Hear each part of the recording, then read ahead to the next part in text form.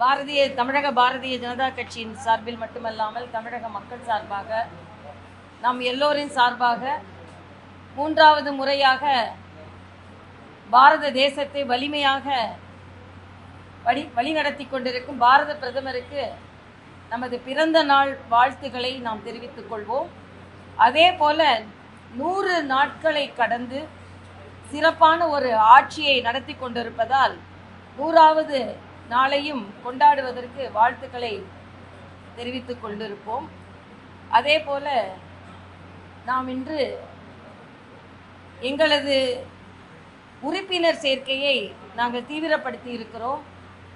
அதற்காக அண்ணன் ராஜா அவர்கள் சொன்னதை போல மரியாதைக்குரிய பாரத பிரதமரின் 74வது பிறந்த நாளை முன்னிட்டு ஒவ்வொரு நிர்வாகியும் தொண்டர்களும் 74 உறுப்பினர்களை சேர்க்கும் பணியில் முனைப்புடன் ஈடுபட்டு இருக்கிறோம். அது மட்டுமல்ல, இன்றிலிருந்து தொடங்கி மரியாதைக்குரிய பாரத பிரதமர் அவர்களின் பிறந்த நாளை தொடங்கி மரியாதைக்குரிய மகாத்மா காந்திஜியின் பிறந்த நாள் வரைக்கும் சேவை வாரமாக தினங்களாக கொண்டாட இருக்கிறோம். ஆக அதற்கும் சேவை நிகழ்ச்சிகள் நடைபெற்று வருகிறது.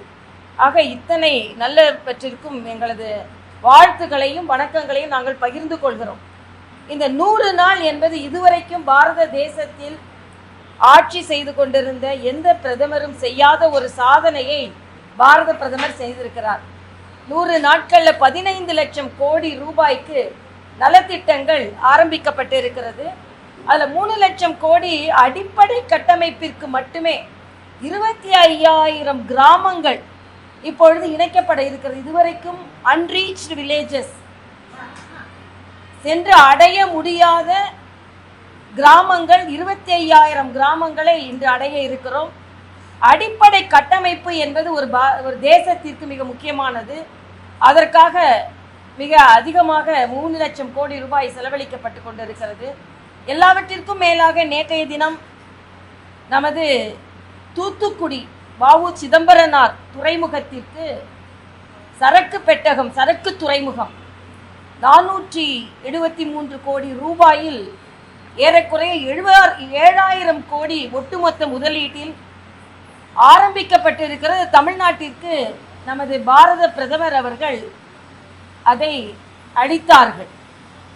ஆனால் இதில் ஒன்று என்னன்னா, மத்திய அரசு பாராபட்சம் காண்பிக்கிறது என்று சொல்லுகின்ற தமிழக அரசு உலக தரம் வாய்ந்த துறைமுகமாக நமது தூத்துக்குடி துறைமுகத்தை உயர்த்தி அதன் மூலம் இந்திய பொருளாதார வளர்ச்சியில் தூத்துக்குடி துறைமுகம் ஒரு மிகப்பெரிய பங்காற்றும் என்பதை பாரத பிரதமர் சொல்லி 5 ட்ரில்லியன் எக்கானமியை நாம் அடையும் பொழுது அதில் தூத்துக்குடி துறைமுகத்தின் பங்கும் இருக்கும், அதில் தமிழகத்தின் பங்கும் இருக்கும் என்று இவ்வளவு தெளிவாக சொன்ன பின்பும் அதில் தமிழக முதலமைச்சரோ அங்கே உள்ள பாராளுமன்ற உறுப்பினர் கனிமொழி கூட தனது ட்விட்டர் பதிவில் பாரத பிரதமருக்கு ஒரு நன்றியை அவர் தெரிவிக்கவில்லை. ஆக மத்திய அரசு கொடுக்கின்ற திட்டங்களை இப்படி இருட்டடிப்பு செய்துவிட்டு மத்திய அரசின் பங்கே தமிழக வளர்ச்சியில் இல்லை என்பதை போல ஒரு தோற்றத்தை திராவிட முன்னேற்ற கழகம் ஏற்படுத்த முயற்சி செய்கிறது. இது வன்மையாக கண்டிக்கத்தக்கது. ஏனென்றால் மத்திய அரசு எந்த பாராபட்சமும் இல்லாமல் தமிழகத்திற்கு அத்தனை திட்டங்களையும் கொடுத்து வருகிறார்கள். சமீபத்தில் கூட இந்த HP லேப்டாப் உற்பத்தி ஆகின்ற தொழிற்சாலை நமக்கு வர இருக்கிறது. ஆக இப்படிப்பட்ட பெரிய தொழிற்சாலைகள் எல்லாம் தமிழகத்திற்கு கொண்டு வருவதில் முனைப்பு காட்டும் மரியாதைக்குரிய பாரத பிரதமர் மோடி அவர்கள் பாரத தேசம் முழுவதும் இன்னைக்கு நீங்க பாத்தீங்கன்னா ஒரு அழகான வார்த்தை சொல்லப்பட்டிருக்கிறது மத்திய அரசால். பெண்களுக்கு முன்னேற்றம் என்று சொல்லிக் கொண்டிருந்த நாட்டில் பெண்களால் முன்னேற்றம் என்ற ஒரு கொள்கை முன்னெடுத்து செல்லப்படுகிறது. ஏனென்றால் 1 கோடி பெண்கள் லட்சாதிபதியாக ஆகியிருக்கிறார்கள். நாம் பேருந்து பயணம் மட்டுமே இலவசமாக கொடுக்கவில்லை, மாதம் 1000 ரூபாய் கொடுப்பது பெண்களுக்கு உதவி செய்கின்ற திட்டம்தான். ஆனால் அவர்களை லட்சியவாதிகளாகவும் லட்சாதிபதிகளாகவும் மாற்றி அவர்கள் பல பேருக்கு வேலை அளிக்கும் ஒரு மாபெரும் திட்டத்தை ஏற்படுத்தி இன்னும் 2 கோடி பேர் அந்த லட்சாதிபதிகளாக ஆகின்ற இந்த திட்டத்தில் பலனடைய போகிறார்கள் என்று மிக பெருமையாக மரியாதைக்குரிய பாரத பிரதமர் அவர் சொல்லியிருக்கிறார். பெண்கள் எந்த நாட்டில் முன்னேறுகிறார்களோ அந்த நாடு தான் முழுமையான முன்னேற்றம் அடையும் என்ற தகவலையும் சொல்லியிருக்கிறார். அதனால் அவருக்கு பெண்கள் என்ற வகையிலும் இந்த நாட்டில் உள்ள அத்தனை மகளிர் சார்பிலும் எனது நன்றியை நான் தெரிவித்துக் கொள்கிறேன். அது மட்டுமல்ல, விவசாயிகளுக்கான கொள்கை, ஏற்றுமதி கொள்கை, வெளியுறவு கொள்கை, இவை எல்லாவற்றையும் கொண்டு வரும் பொழுது பாரத பிரதமர் இந்த 100 நாட்களில், இன்னும் சொல்ல போனால் ஒரு திட்டம் அறிமுகப்படுத்தும் பொழுதே இந்த திட்டம் என்று நிறைவடைந்து ஆரம்பிக்கப்படும் என்ற தேதியையும் குறிப்பிடுகிறார்கள் என்றால் இந்த பாரத தேசம் எந்த அளவிற்கு வேகமாக முன்னேறி வருகிறது. மருத்துவர் என்ற முறையில் நான் மகிழ்ச்சி அடைவது 75,000 மருத்துவ இடங்கள் அதிகரிக்கப்பட்டிருக்கிறது. இது ஒரு மிகப்பெரிய மருத்துவ புரட்சி. ஏனென்றால் நம் நாட்டில் உள்ள உக்ரைன் வார் வரும்போது நமக்கு நல்லா தெரியும், நம்ம மருத்துவ மாணவர்கள் நம்ம நாட்டிலேருந்து போய் எவ்வளவு வருத்தப்பட்டாங்க, கஷ்டப்பட்டாங்க என்று. ஆக வெளிநாடுகளுக்கு போய் தான் சீட்டு வாங்கணும்னு இல்லை, நமது நாட்டிலேயே அதிக மருத்துவர்களை உருவாக்க முடியும் என்று இந்த 100 நாட்களில் மட்டும் 75,000 மருத்துவ சீட்டுகள் உருவாக்கப்பட்டிருக்கிறது. 70 வயதிற்கு மேற்பட்டவர்களுக்கு தனியான ஒரு மருத்துவ காப்பீடு அறிமுகப்படுத்தப்பட்டிருக்கிறது. இவை எல்லாமே 100 நாட்கள் சாதனை தான்.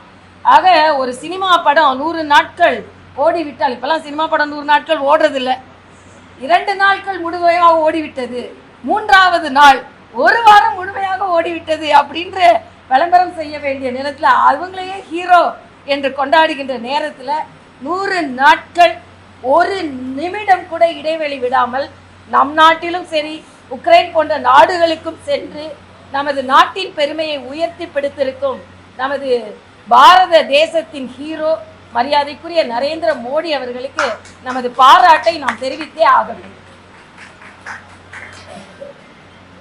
வேற ஏதாவது நீங்க கேள்வி கேட்டா கேட்கலாம்ப்பா. நாங்க இன்று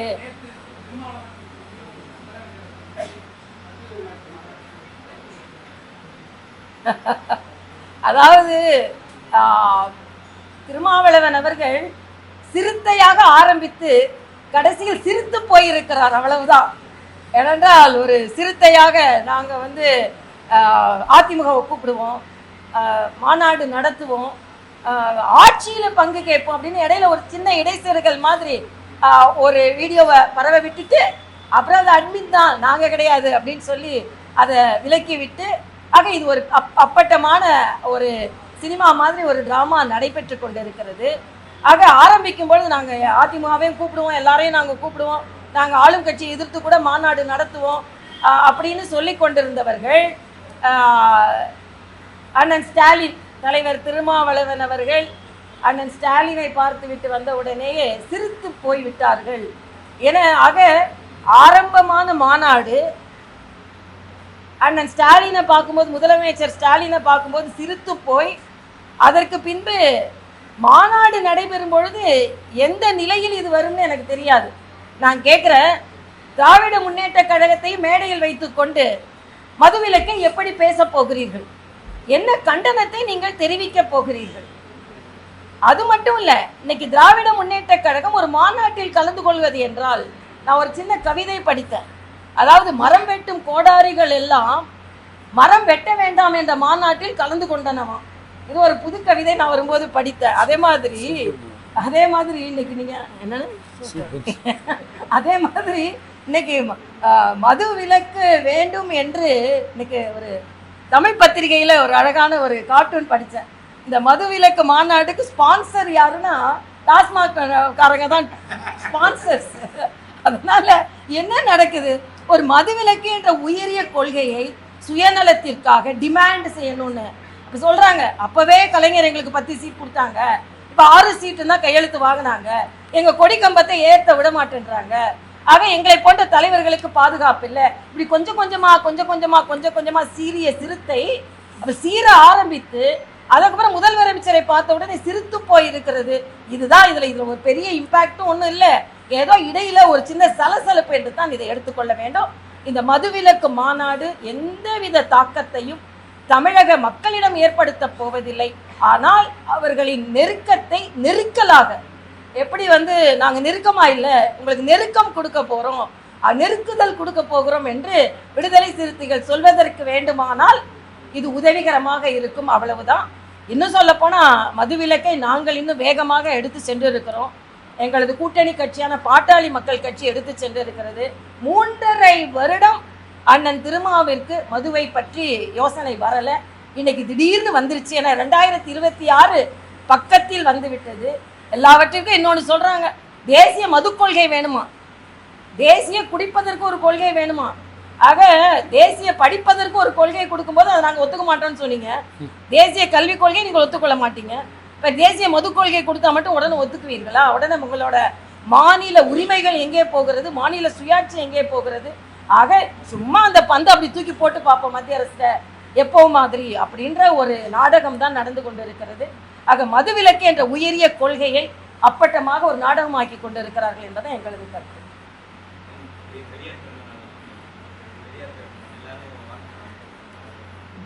நாங்க யாருக்குமே வாழ்த்து சொல்ல, இப்ப நான் அண்ணன் ஸ்டாலின் மாதிரி இல்லை, விநாயகர் சதுர்த்திக்கு வாழ்த்து சொல்ல மாட்டேன். இல்லை, பெரியார் கொள்கைக்கு நாங்கள் எதிராக இருந்தாலும் தம்பி கருப்பு சட்டை போட்டு நீங்கள் கேட்டதெல்லாம் நாங்கள் காவி கொடியை ஏந்துபவர்கள் வாழ்த்து சொல்வதில் தவறில்லை. அதனால் கருப்பு சட்டை போட்டிருப்பவர்கள் அவர்களுக்கும் காவிகளின் வாழ்த்துக்கள்னு சொல்றவனு பிரச்சனை.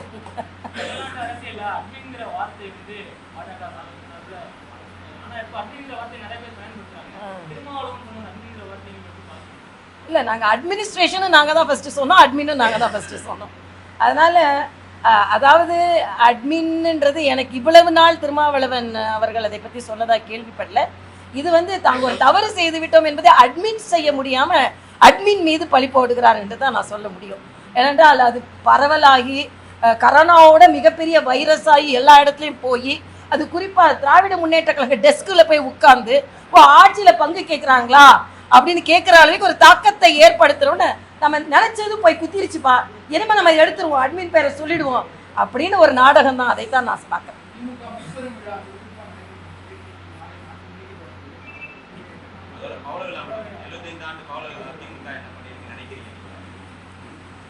தமிழகத்தில் ஒரு எதிர்மறை அரசியலை கொண்டு சென்றதில் திராவிட முன்னேற்ற கழகத்துக்கு பெரும் பங்கு இருக்கிறது. பொய்யையே அரசியலாக கொண்டவர்கள் 3 படி கொடுக்குறேன்னு சொல்லிட்டு எத்தனை படி கொடுத்தாங்கன்னு தெரியும், எங்க கொடுத்தாங்கன்னு தெரியும். அதே மாதிரி நீட்டுக்கு முதல் கையெழுத்து போடுவேன்னு சொல்லிட்டு அவர் லட்சம் கையெழுத்து வாங்குவேன்னு பொய் சொன்னவர்களும் அவர்கள் தான். அதே மாதிரி இன்னைக்கு மதுவிலக்கு நம்மளாலாம் கொண்டு வர முடியாது, ஆனால் மதுவிலக்கு மாநாடுல நம்ம கலந்து கொள்வோம் அப்படின்னு சொல்பவர்களும் அவர்கள் தான். ஒரு எதிர்மறை அரசியலை தமிழகத்தில் நிலைநிறுத்தியவர்கள். 1967 எந்த காங்கிரஸுக்கு இறுதி யாத்திரை நடத்தினாங்களோ அந்த காங்கிரஸையும் தோளில் சுமந்து கொண்டு அரசியல் நடத்துகின்ற ஒரு சாதுரியமும் அவர்களிடம் இருக்கிறது என்பதையும் தெரிவித்து, எந்த எமர்ஜென்சிக்கு எதிராக சிறையில் இருந்தார்களோ அந்த எமர்ஜென்சி கொண்டு போவர்களையும் கைகளை இறுக பிடித்து கொண்டு அரசியல் செய்கிறார்கள் என்பதையும் இங்கே சொல்லித்தான் ஆக வேண்டும். ஆக இன்று தேர்தல் என்றாலே தேர்தல் அரசியலை மட்டும் நோக்கி அது மணி பவர், மசில் பவரை வைத்து எப்படி வெற்றி பெற முடியும் என்ற ஒரு கொள்கையை கொண்டவர்கள். அதனால் எங்களை பொறுத்த மட்டில் தேசிய கொள்கையோடு கூடிய மாற்று அரசியல் சக்தி தமிழகத்தில் வர வேண்டும் என்பதையும் அவர்கள் இந்த விழா கொண்டாடும் பொழுது நாங்கள் இன்னொரு உறுதிப்பாட்டை எடுக்கிறோம்.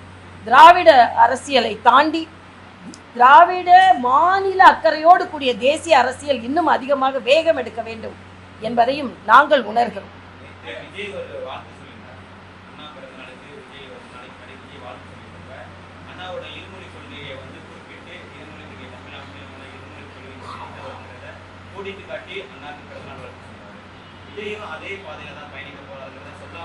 நான் தெலுங்கானா மாநிலத்துல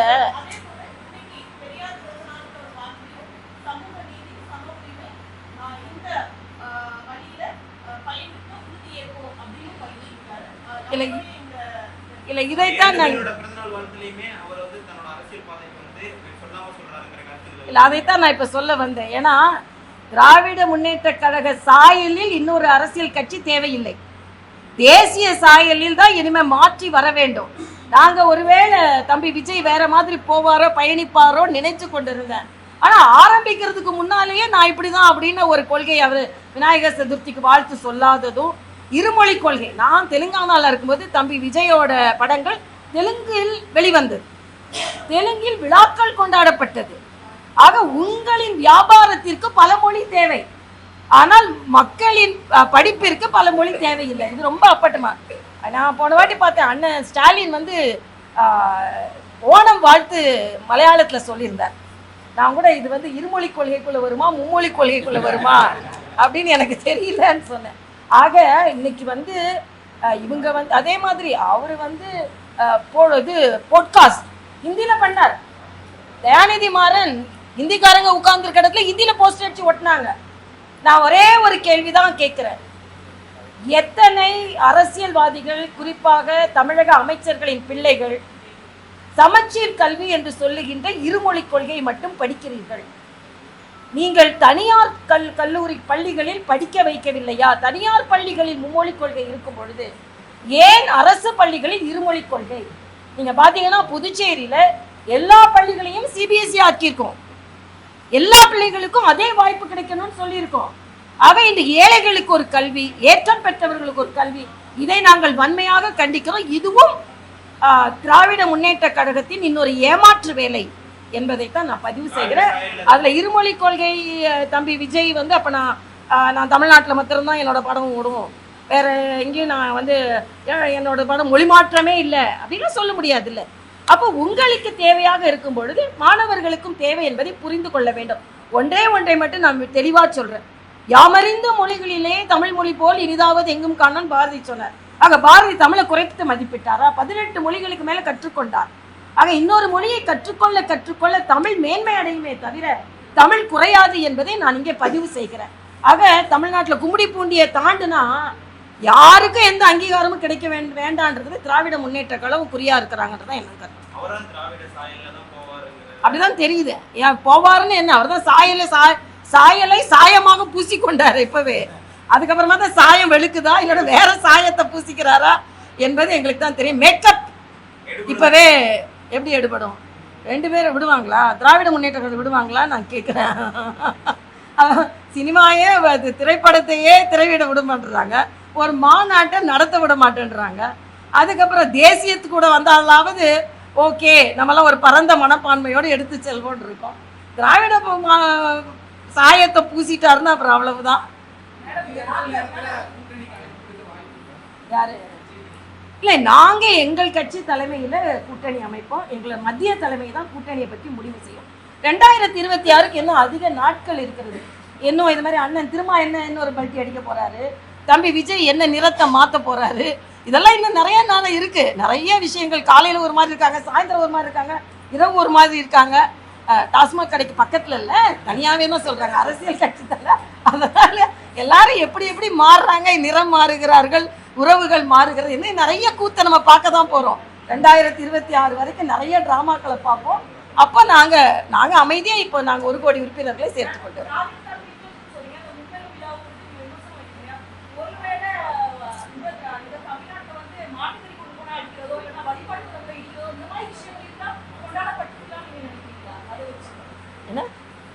இல்ல, நாங்க எப்பவுமே எதிர்மறை அரசியல்ல எங்களுக்கு விருப்பம் கிடையாது, நேர்மறை அரசியல்ல தான் எங்களுக்கு விருப்பம். ஆனால் நாங்க நேர்மறை அரசியல் தான் நாங்க செய்கிறோம். கட்சி ரீதியாக நாங்க நேர்மறை அரசியலை தான் செய்கிறோம்.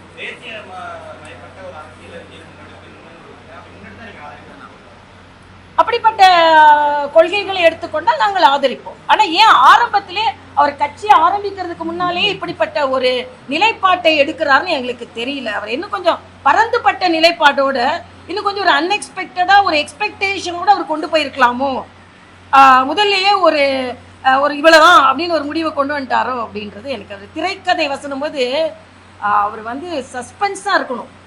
இந்த சஸ்பென்ஸை முதலிலேயே உடைச்சிட்டாருன்னா என்ன பண்றது? அந்த சஸ்பென்ஸ் இல்லாத மாதிரி தான் எனக்கு தோணுது.